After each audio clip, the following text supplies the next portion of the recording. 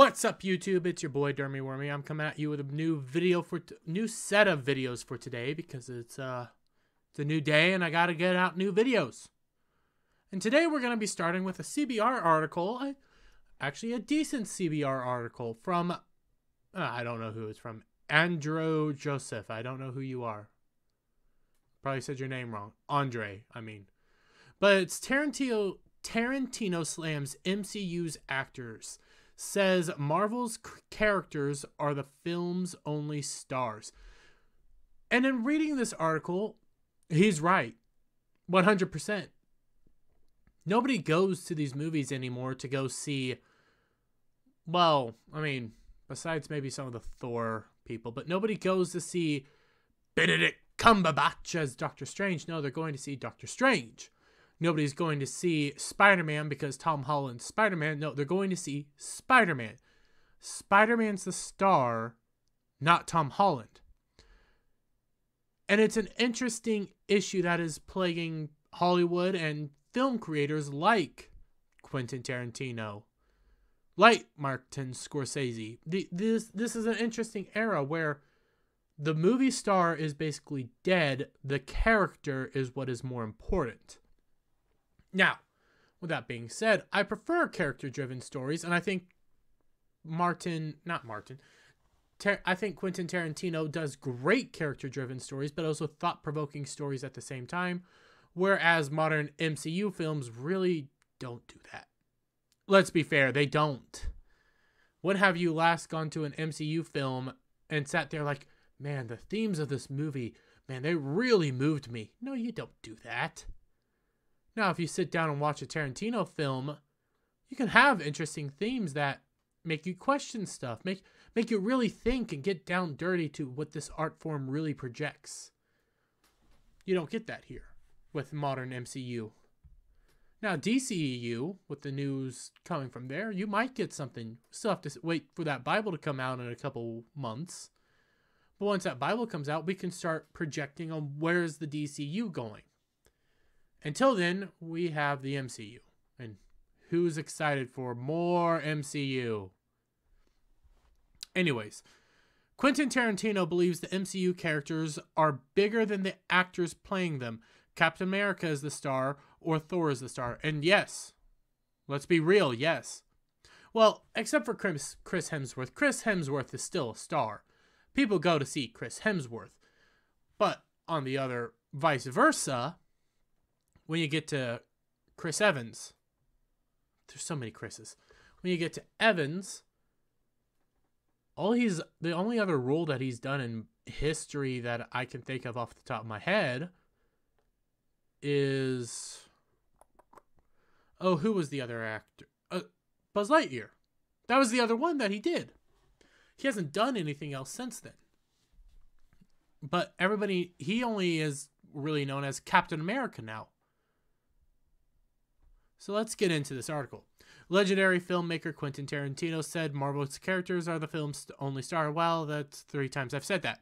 Appearing on the Two Bears, One Cave podcast, the Pulp Fiction writer and director slammed Marvel Studios for ruining the aura of the movie's star in Hollywood. 100% correct. Though he is a self-professed Marvel fan at heart, he believes the audience pays to see the superheroes of the MCU as opposed to the talent who brings them to life. Again, more people are going to see Black Panther than see Letitia Wright. More people are going to see Thor than Chris Hemsworth, even though a lot of people are going to see it just for Chris Hemsworth. Let's be real. There's a lot of people that go there to see it for Chris Hemsworth, and then they have to take a mop to the whole place. Part of the Marvelization of Hollywood is you have all these actors who have become famous playing these characters, but they're not movie stars, right? Tarantino said. And I have a perfect example of this once we get further into this. Captain America is the star, or Thor is the star. I mean, I'm not the first person to say that. I think that's been said a zillion times. But it's like, it's these franchise characters that become a star. Again, 100%. Now, we have in the past had actors who made the character even more prominent. You know, you go back a while, people, besides just going to see Batman, you also went to see Christian Bale, because Christian Bale was an actor, was a good actor, but he was also Batman, so you had them both in one. You don't get that so much anymore. I'm going to see now a Batman movie. I keep forgetting the name of Robert Pattinson. I'm going to see Batman. I'm not going to see Robert Pattinson. I'm going to see this movie. I'm trying to think of one off the top of my head. I haven't seen. Oh yeah, let's even take like the Disney Plus shows. I'm not going to watch WandaVision because what was her name? Olsen. The third Olsen sisters in there. I'm not watching it for her. I'm watching it for Wanda, even though I think WandaVision was awful. I'm not going to see Captain America and not Captain America, Falcon and the Winter Soldier because those actors are in there. I wanted to see Falcon and the Winter Soldier interact with the loss of Captain America. I'm not seeing it for the actors. Now, there's pros and cons to this. The pro is I'm more connected to the character versus the actor. The con is actors don't sell movie tickets anymore. Now, is that a good thing? I really don't know. Honestly, I think it is in some respects, but also there's hindrances. You don't get high budget, this is a movie star anymore. You don't have movie stars that much. You have actors, and that's about it. You have some movie stars. Don't get me wrong. Like, Robert Downey Jr. is a legit movie star. Oh, what was his name? He did, Maverick. It'll come back to me. He's a legit movie star. You don't have very many movie stars nowadays, though, in Hollywood. They are characters. And CBR here goes into a lot of his love of... I think they're trying to point out that, well, he loves Marvel. Why is he saying this now? But let's just establish this. Tarantino's love for classic Marvel comics can be seen in his famous pop culture references, such as David Carradino's superhero identity and identity monologue in Kill Bill Volume 2, and did uncredited rewrites for the Denzel Washington movie Crimson Tide regarding the Silver Surfer and other Marvel references. Additionally, Tarantino was considered for a Luke Cage film in the 90s, back when movie stars were still movie stars. Let's make that very clear. That was back before the Marvelization, as Tarantino so lovingly puts it, starring Lawrence Fishburne, and had expressed a loose interest in an adaptation of Sergeant Fury and his Howling Commandos, back long ago, movie for Marvel Studios, but the oversaturation of MCU films on the big screen and Disney Plus does not give Tarantino the same excitement he had in his youth. Yeah, it makes perfect sense. He is now a film creator. He is not, as he likes to put it, a hired gun. Creativity is dying in Hollywood. You get some movies here that are very creative, very thoughtful, very introspective. The Northman, for instance. I loved The Northman. A lot of people don't like it. I thought it was an interesting thought piece. I thought it was an interesting story, very creative for what it was. You don't get many of those nowadays now. You don't get very many Northmen. You don't get very many Maverick. God, I cannot think of... Tom Cruise. You don't get many movies with that, where you feel something versus you're just sitting there watching something play out on screen. But the oversaturated MCU Disney Plus does not... Yep. Look, I used to collect Marvel comics like crazy when I was a kid, Tarantino continued. But also, back when Tarantino was a kid, Marvel comics were good stories. We don't have those anymore. We have propaganda up the wazoo. We have stories where they're pushing ideas rather than... Well, not ideas, but like political points, political positions, social justice, things of that nature, rather than a good thought-provoking story that makes you reconsider some things, maybe makes you look at something from another perspective. Like Django Unchained. That was a great movie.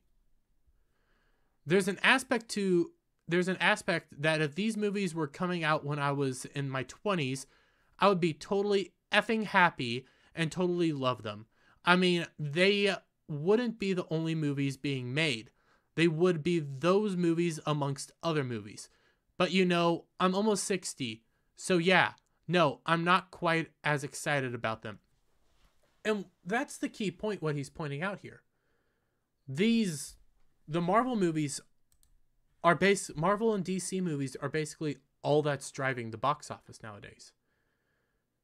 Yes, Top Gun Maverick. That is possibly going to be the largest, most successful movie this year. Because it was something new, it was something different. But a lot of the box office nowadays is sold by Disney, by lesser Warner Bros. We haven't had a really good DCU movie in several years, but superhero movies are the dominant factor at the box office. Now, if you checked out Roundtable last Sunday, the question was posed, is there superhero fatigue? And this is going into a bit of a tangent. I don't personally believe there's superhero fatigue. I believe we have bad story fatigue. You can't just have your box office filled with crappy superhero stories constantly. You need other things to help push these stories. That's why when you get that break, that new movie that comes out, you know, Smile. Smile was relatively successful for its budget and everything.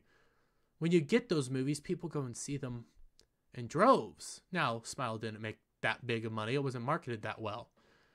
But we need more movies like that amongst these superhero movies. We can't have Disney be the sole driver of the box office. Following the release of his 2019 hit Once Upon a Time in Hollywood, Tarantino was looking to make his 10th movie, his swan song from the industry, and focus on film literature and writing novels. While that final film remains a mystery, it is clear that it will not be a project for the MCU or DC films, or DCU as it is now. You have to be a hired hand to do those things, Tarantino said. I am not a hired hand. I'm not looking for a job. That's another key aspect to this. A lot of these directors now let's use Marvel, because DC is about to have a whole rebuild. Let's make that very clear. DC's having a whole rebuild, a whole remodel. And what is coming out of there after, again, you have to get through Flash, you have to get through Shazam, you're going to have to get through the second Aquaman movie before you start actually seeing what's on the horizon. But MCU is just filled with hired hands. Those movies aren't written by directors, they're written by committees. The directors only get to direct parts of the movies. They're always overheld by the studio, and Disney does a whole lot of the directing themselves.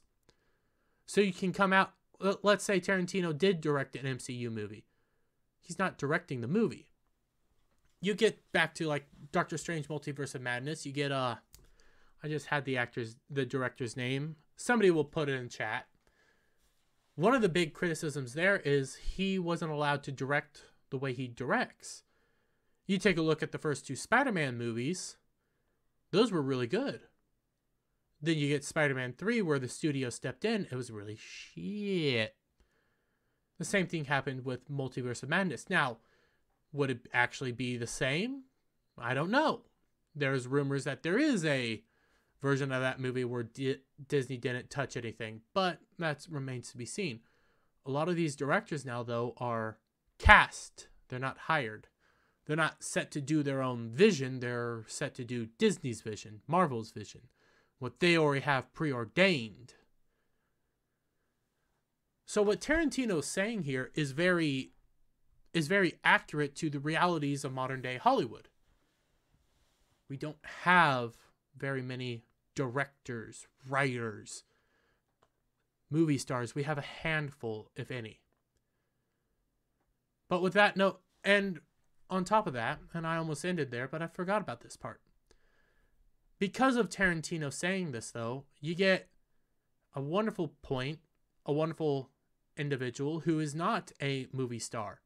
He is Shang-Chi. You get Simu Liu coming out and having some hot words to say. Let's be real. If the only gatekeepers to movie stardom came from Tarantino and Scorsese, I would never have had the opportunity to lead a $400 million plus movie. That's actually a, like I said, this has been said time and time again. I wasn't around for Shang-Chi. Didn't really watch it. Didn't really have any care for it. It's a crappy movie. Even though Shang-Chi made a small profit, it is still considered, as I'm starting to point it out, a Disney Marvel flop. If they're not making billion-dollar movies, they're a flop by Disney Marvel standards. Box office standard did relatively decent. It still didn't do great, but all things considered, it made a little bit of profit. I am in awe of the filmmaking genius. I'm in awe of their filmmaking genius. They are transcendent auteurs, but they don't get to point their nose at me or anyone. No movie studio is or ever will be perfect, but I'm proud to work with one that has made sustained efforts to improve diversity on screen by creating heroes that empower and inspire people of all communities everywhere. I love the Golden Age too, but it was white as hell. So what Simu Liu is here, he's throwing shade at our good friend Tarantino here. But he doesn't realize that some of Tarantino's movies also casted, you know, Samuel L. Jackson. Django Unchained starred, oh, what is his name? Again, the comment section's gonna help me with this because I'm awful with names. You're gonna have to cut me some slack. Awful with names, but Django Unchained was about a black character. Samuel L. Jackson is in several of Tarantino's movies. One of my favorite Tarantino movies was, I believe it was it's Tarantino, From Dusk Till Dawn. Because Tarantino always casts himself in his own movies. I could be getting that one wrong. Somebody will correct me in the comments again. But that has a Spanish cast and also another black actor in there. So no, it would not be all white, but I go to my response to this on why Tarantino or Scorsese wouldn't have cast our good friend here, Simu Liu. Yeah. Because you're a shit actor. And with that, guys, give me your thoughts down in the comments section below. Again, correct my names of everything and all that because I'm awful with names, so cut me a little break there. But if you liked the video, give it a thumbs up. Share it out with all your friends. Hit that subscribe button. Hit that notification bell for every time I put out a new video and go live. And I'll see you on the next one. Bye for now.